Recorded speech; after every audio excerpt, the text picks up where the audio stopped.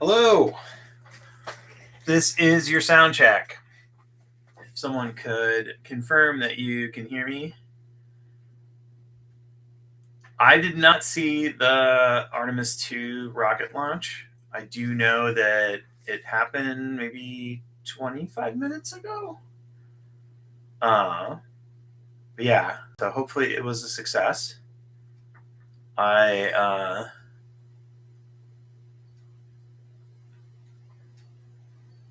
All right. So it sounds like loud and clear. Okay, great. Thanks, Ruth. No glitches. Awesome.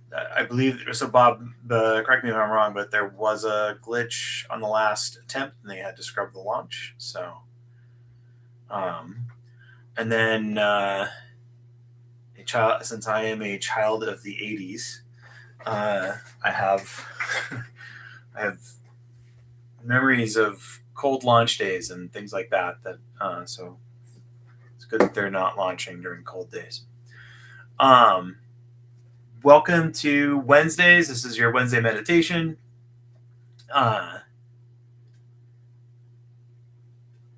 Okay, cool. I just paused for a moment to see.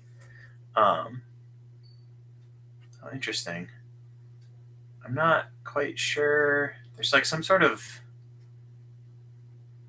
character in front of Saban's name. I have not figured out what that is.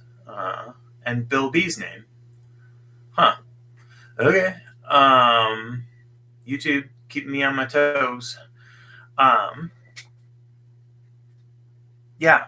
So, oh wow, Ruth, you went to see the launch in person. Oh, once. Okay, so one of the space shuttles. That'd be super amazing. When they retired the space shuttle program, they flew the last space shuttle over the campus of the University of Arizona, and I was working there at the time in one of the science projects, and I went out and watched it fly over, and so that was super amazing. Folks will know Mark Kelly, Senator Mark Kelly. He was a mission commander, or it was his brother. I think it was him, astronaut Mark Kelly, maybe. Well, so I think that was the connection. Anyway, you didn't come here to hear my story or my memories about the space program or anything else. I do think it's oh wow, that's super cool, Bob.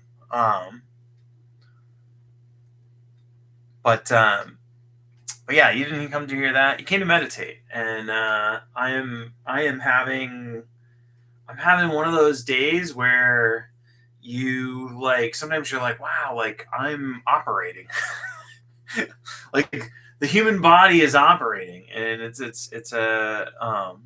hey, and I didn't say hi to anybody, but hello. I've been talking randomly to people, so hello to folks. I know that Gabrielle said hi, and Sheila has just said hi. And I think I've seen a bunch of folks in here. And then before we start, too, thank you again for your patience for the time shift. I get messages here and there from folks that are absent and highlighting that they're not able to attend at the new time, and so I wish we could.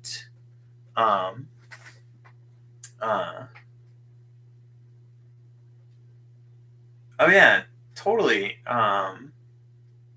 You could tell Fred. You've got my email, so you send me stuff, and I can include it in the if that's what you mean. Share it in the next newsletter. I can do that.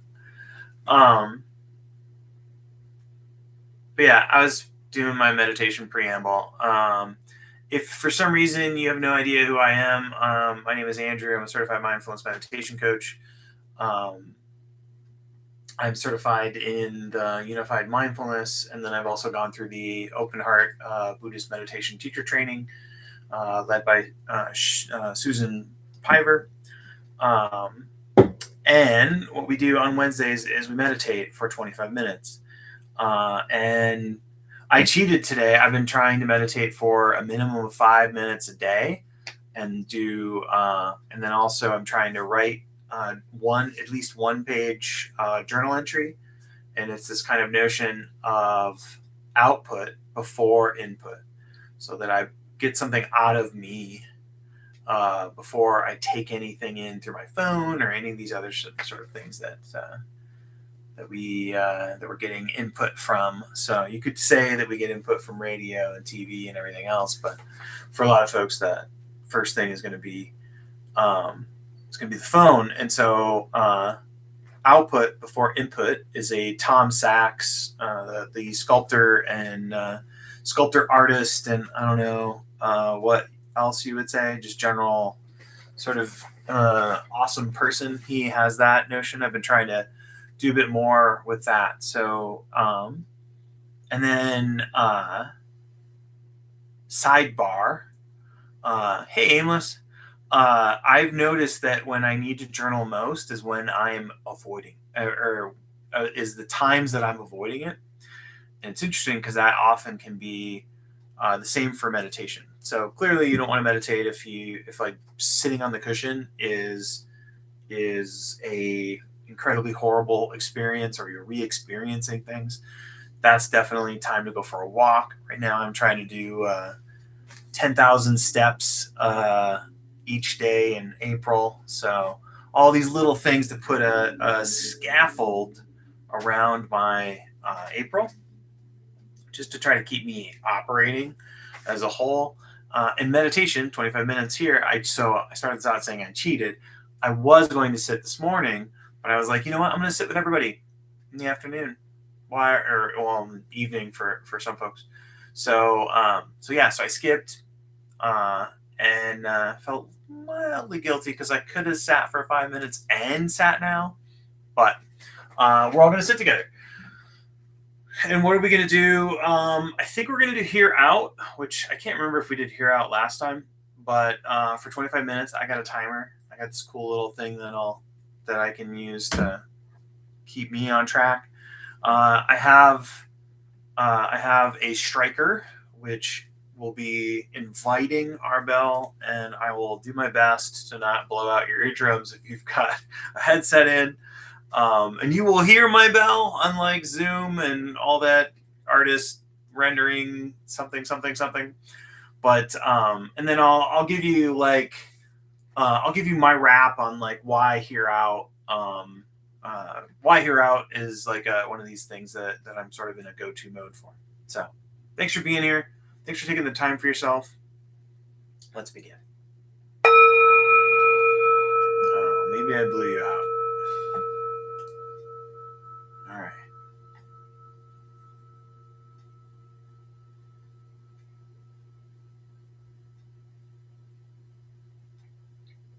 A little more powerful than I expected. All right, so I'm going to focus on the seated posture, either in a chair, a cushion, or a bench. You could be lying down or standing or walking. And I have infinite trust that you will be able to adapt the guidance to whatever posture you have chosen. We start upright without being uptight. We want to allow the spine to be natural, shoulders over the hips, the feet arranged in a way that is not going to cause you to be too fidgety. But if you do fidget, not a big deal. Hands, palms down on the lap, or arranged in a way that is comfortable. And taking a bit of a sampling of what the inner weather is. So we can be stormy, we can be calm, we can be somewhere in between, we can be gusty. So we're not trying to change our inner mood, just like we really can't change the weather. Just seeing what it's like. What are we bringing with us in this sit? And then a few slow, deliberate breaths. So slow and low is the tempo we're going for. Breathing in through the nose allows us to slow the breath down. And as the inhale becomes the exhale, seeing if you can extend and accentuate it.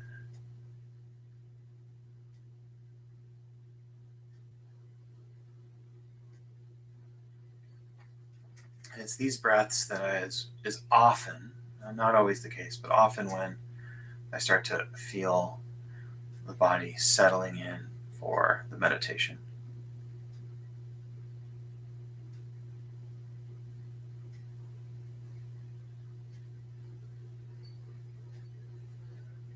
And so if you're agitated or things quite aren't the way you were hoping for, maybe your weather sample is stormy, just seeing if we can kind of offer that part of us a bit of reassurance that for this sit, things may not be okay for everything else, but for this sit, see if it can be okay.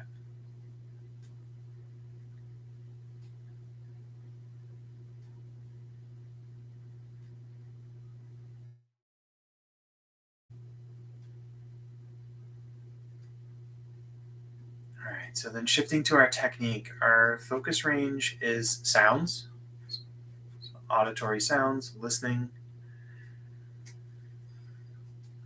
So we would say that our technique is hear, HEAR, out. And so if something comes up in the body, no big deal. Just you can allow that again, try to be okay with that. It'll happen. Notice that you've been pulled out of your focus range by that body sensation and then coming back to our sounds. So this is a noting technique. We're focusing in this narrow range, here out.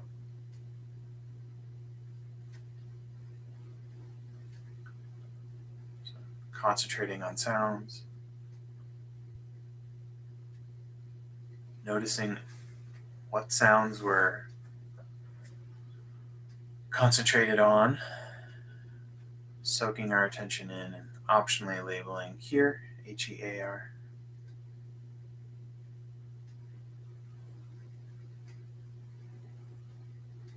And then I'm going to attempt to give you some long silent sections, confident that you're likely familiar with this technique. And even if you aren't, just confidence that however you apply this technique or however you implement it, it's okay. And I'll chime in a bit.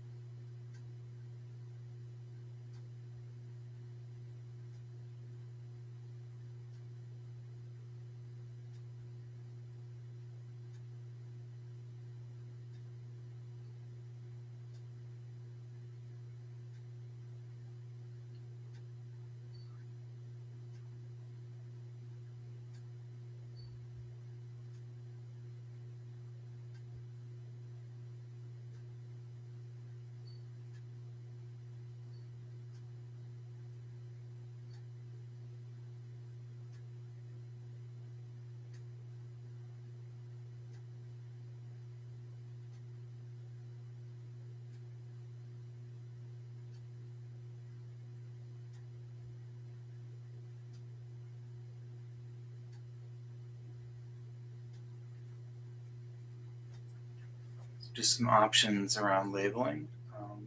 One is you can drop the label altogether. Some folks will report that the mental noting or using the label, the mental that label will cause cause mental talk, or they feel like it stirs up herein. So it's like the mind catches you going here and like, oh, okay, it's okay to generate thoughts. So you can always drop that. That's one option. And then you can increase the frequency, and you can use what's referred to as strongly spoken yet silent labels. And then you can finally speak them out loud if you're in a place where that doesn't feel too weird.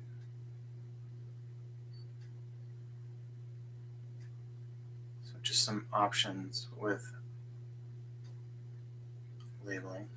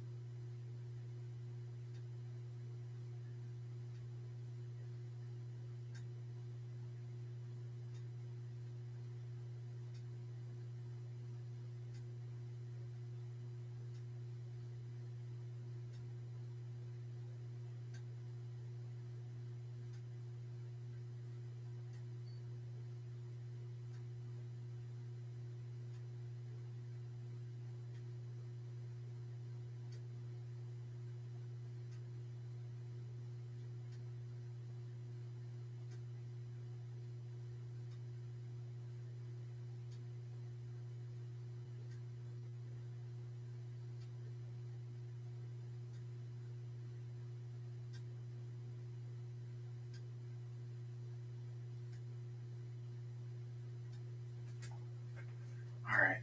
So this is your opportunity again. Your sit, your choice. You can put aside here out and shift into do nothing.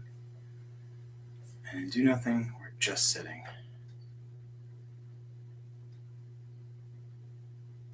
And thread our kind of comment about being okay, or seeing if it's possible to be okay with how things are currently. Again, you don't have to be okay with all of the other things, but what's going on in your experience at this moment? Is it possible for you to be okay with it? A little chance of flexing our equanimity.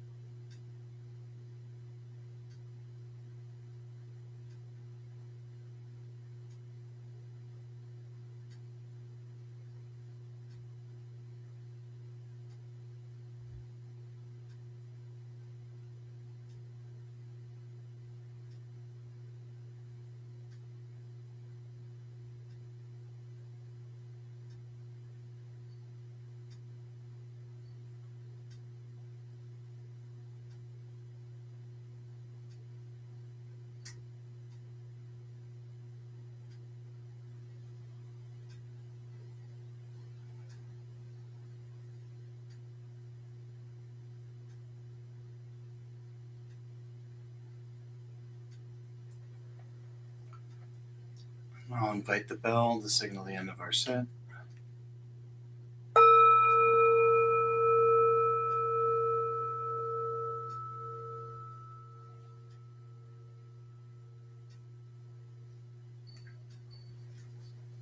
Thank you for your practice. Thank you for making time for yourself. Thank you for being here. May the fruits of our practice be for the benefit of all beings. May our actions be for the benefit of all beings. May we recognize we are part of all beings.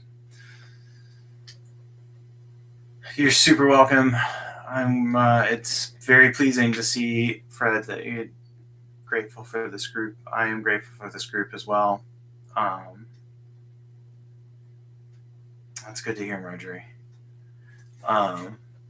Yeah, I really needed to sit too. That's part of my little preamble there at the beginning about I could have sat for 5 minutes this morning, is I realized how much I would have benefited from 5 minutes, and then now, and I can feel it 100%. So, and you can be doing this. Like, I think I've been meditating now for 16 years, something like that. Maybe, yeah, it'll be 17 years, like later this year. And I am just shocked by how much I don't want to do it when I need to do it. And that sort of is a pattern. I've been listening to interviews with Arthur Brooks. He was on the Rich Roll podcast, and then he was on with Dan, and also Richie Davidson, or Dr. Davidson, and Dr. Cortland Dahl. They also were on with Dan, and you get that notion of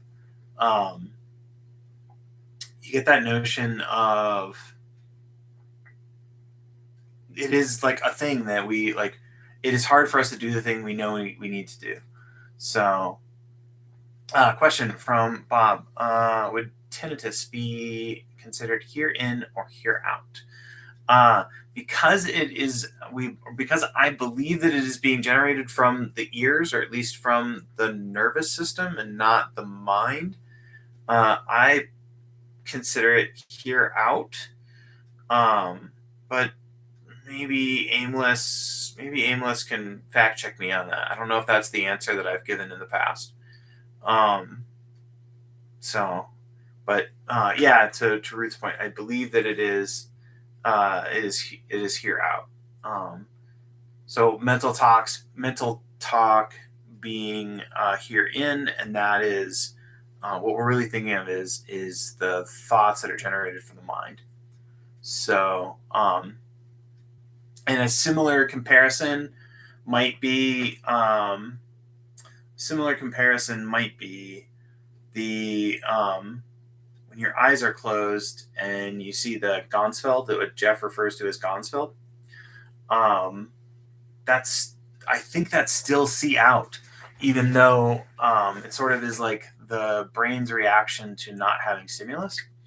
So it's not necessarily what we're thinking about with see in, whereas see in is the mental image.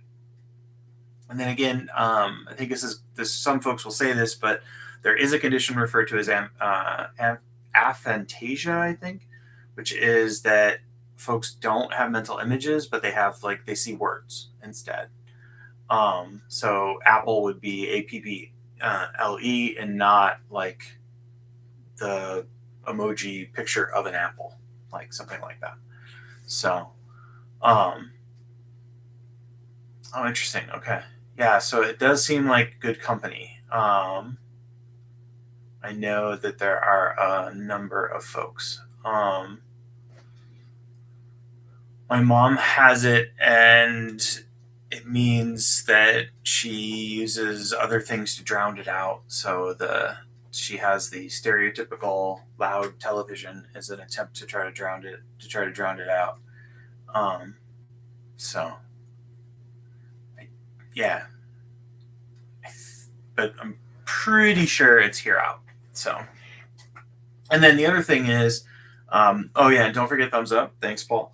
Um, the notion of see, hear, and feel, they're, like they're part of the experience categories that we use for what's or what how we can sort of categorize our experience. Uh, and like I'm not probably not supposed to say this as a certified mindfulness meditation coach. Like I'm sure they're supposed to say there is a right answer. But if categorizing tinnitus as here in and allowing you to focus on the rest of here out, you could choose to sort of select here out except here out everything except the tinnitus, if that is possible, or experimenting with that. So the categories are categories. I don't want to say they're arbitrary, because they have been put together with a lot of deliberate notions. But an example of sort of that is taste and smell are included in feel. So yes, Paul, thank you. I was struggling with the right background foreground. So if we can allow the tinnitus to be background, we can foreground the other thing. And the notion there from a skills perspective, I won't go on too much longer here. I see the time. Um, Training that sensory clarity of being able to background foreground might be a way of giving yourself a bit of tranquility or potential tranquility at times when it is overpowering. So that background foreground, feel rest, and feel flow are things that you can play with background foreground. Um, and then when we're doing informal practice, the percentage of we're dialing in kind of backgrounding and foregrounding. Um, so yeah, thank you for your attention. It means a lot to me. Thank you for being here. Also means a lot to me. Yeah, I'm going to try to do like a 3-paragraph Substack post that's just like what I'm trying to do in April, and that's a little bit of what I was sharing at the top about the Tom Sachs, borrowing from Tom Sachs, of the output before input, and then the like low bar, 5 minutes, 1 page, and then the 10,000 steps actually is a little more of a high bar, but that's just this idea of I need movement. I need to structure movement into my time. So, all right, Ruth has to go, so the party's winding up when Ruth leaves. All right, have a great rest of your week, and there's a somewhat of a decent chance that I may make it to the Easter edition of the Do Nothing Project on this Sunday, as a participant. So, all right, thanks.